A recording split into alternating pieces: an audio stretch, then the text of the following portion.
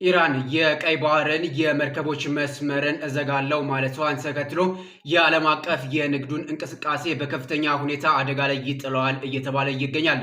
በአሁኑ ሰዓት ኢራን የሆርሙዝ የባህር ትራንስፖርትን ዘግታ ትገኛለች። ከዚህም በተጨማሪ ደግሞ አሁን ላይ በወጡ መረጃዎች ኢራን ተጨማሪ የቀይ ባህርን የመርከቦች መስመርን እዘጋለው ማለቷን ተከትሎ በዓለም አቀፍ የንግዱ እንቅስቃሴ ላይ ከባድ የሆነ ተጽዕኖን ይጥላል እየተባለም ይገኛል። ኢራን ይህን ያለችበት ዋነኛው ምክንያትም በፓኪስታን አደራዳሪነት አሜሪካና ኢራን ወደ ስምምነት መድረስ ባለመቻላቸው የአሜሪካ ወታደሮች በኢራን ግዛቶች ለቀው አለመውጣታቸውን ተከትሎም ኢራን የተለያዩ ግንባሮችን ለማስፋት ያቀደችው እንደሆነም የሚወጡ መረጃዎች ያጋራሉ።